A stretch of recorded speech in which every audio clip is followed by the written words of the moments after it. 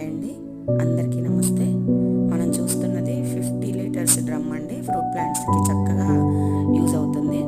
Holes మాత్రం చాలా ఎక్కువగా పెట్టుకుంటే మంచిదండి. నేను అడుగున 4 వేసాను, సైడ్స్ కూడా ఒక్కొక్కటి వేసాను. నా దగ్గర ఏది ఉంటే అది కంటైనర్ ఫిల్ చేస్తానండి. చూస్తున్నారు కదా, ఎండుటాకులన్నీ కింద వేసాను. దాని కింద పచ్చాకులు కూడా వేసానండి, ఒక లేయరు. ఆ తర్వాత ఎండుటాకులు వేసి మళ్ళీ పచ్చాకులు వేసాను.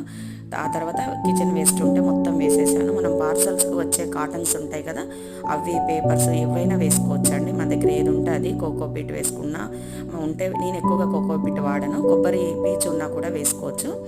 మట్టి ఎక్కువగా ఉంటే మధ్యలో ఒక లేయర్ వేయాలి. లేదు అంటే ఇదంతా ఫిల్ చేసిన తర్వాత ఫైనల్గా మట్టితోటి ఒక లేయర్ అంతా ఫిల్ చేయాలండి. ఉంటే గినక మధ్యలో మనం ఎరువు కూడా కలుపుకుంటే మంచిది.